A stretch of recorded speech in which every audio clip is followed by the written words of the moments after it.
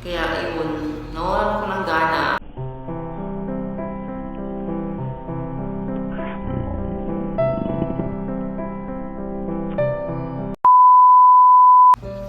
Hi Manang Bebang! Welcome back to my vlog.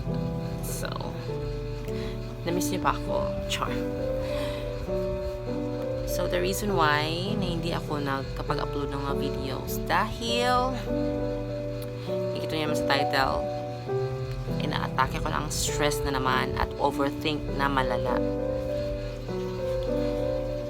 Kaya ayun, nawalan ako ng gana sa lahat. Nawalan ako ng gana gumawa ng video. Nawalan ako ng gana kumilos, mag-ayos, maligo, mag-toothbrush. Lahat-lahat. Ganun talaga ako pag na-attack ko ng stress. Yun yung nangyari sa akin for the past few days.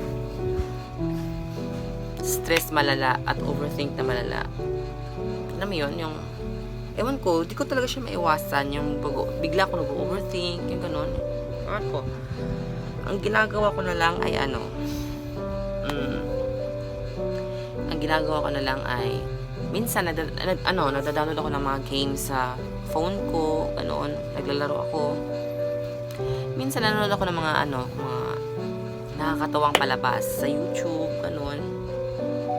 Minsan lumalabas ako ng bahay, pupunta ako sa bahay, ganoon, pang lang, yung pangpalipas oras lang para hindi ko masyadong maisip yung stress at saka hindi ako nag-overthink. Pagkatapos doon, pag-uwi ko sa bahay at mag-isa na naman ako, so nag-overthink na naman ako, atake naman yung stress at saka yung feeling na yung nagsiself-pity ka, yung feeling so alone, yung ganun, yung feeling mo nag-iisa ka lang, walang nakakaintindi sa'yo. Ewan ko, kung kayo rin ba ay naka-experience ng ganong feeling, yung ganun,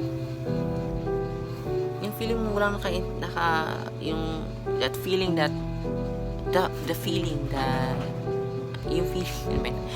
yung feeling na no one understands you. So, yung ganong feeling. At yung feeling na walang nakikinig sa'yo. Ewan ko. Ba't pa kasi tayo nakaka-feel ng ganon, yung nagsi-self-pity tayo? So, yun. So, ngayon naman, medyo okay na ako. Pero minsan, umaatake pa rin siya. Lalo na mag-isa lang ako. Minsan nga, umiiyak ako. Ganon. Ewan ko lang. Feeling ko kasi pag iniiyak ko siya, feeling ko, medyo napabawasan yung bigat na naramdaman ko. Tsaka, feeling ko, naglalighten yung feeling. Yung ganon. Yung parang nalalabas ko siya.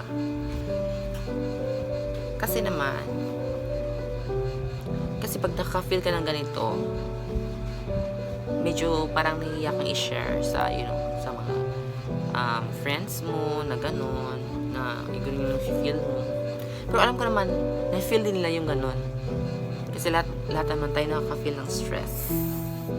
Yung ina-atake ng stress, bigla-bigla. Yung hindi natin namalaya na, oh my God, ano to? Ba't gano'n? Ba't ganun yung feeling? Kaya yung ginagawa ko na lang, minsan nag-iisip ako ng mga happy moments sa mga mga past, pero wala akong maisip kasi wala naman talaga akong happy moments. Yung talagang yung tipong nagmamark talaga sa isip mo na moment na yun yung pinaka happiest moment mo in your life. Kasi ako parang wala. Although meron naman akong may mga happy moments naman, pero hindi siya masyadong memorable. Kasi para lang siyang yung hindi talaga siya nakatatak sa isip ko. Kaya yun. So, malaking tulong talaga yung panonood ng video shows sa YouTube, yung mga nakakatawa.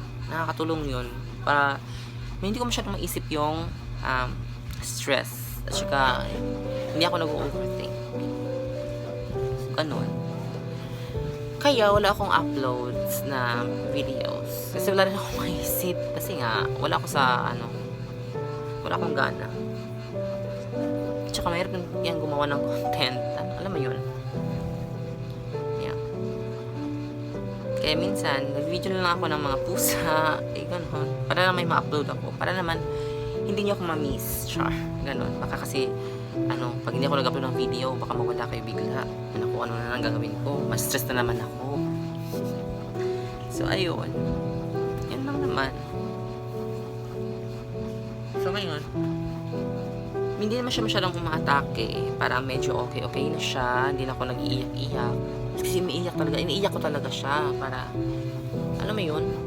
Para kasi feeling ko pag iniiyak ko siya, parang nalalabas ko lahat ng mga feelings na bigla-bigla na lang ewan ko ba pag ganun.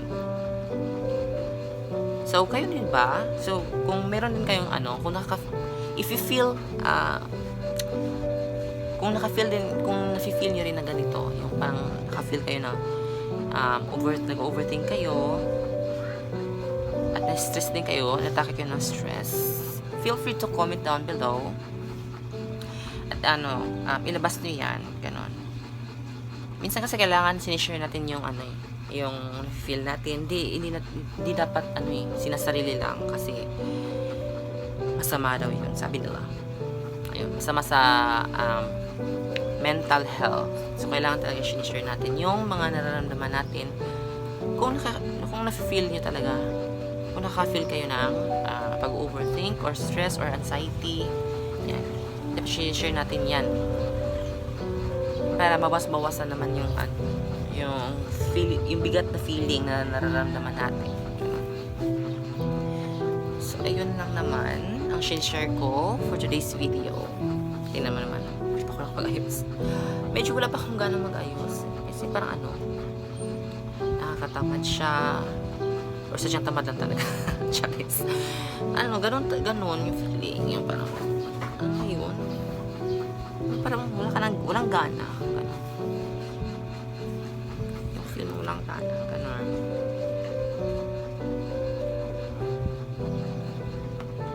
Kasi kasama ko lang ito. Yan. Yan. Minsan naiyak niya ako. Ang pusa.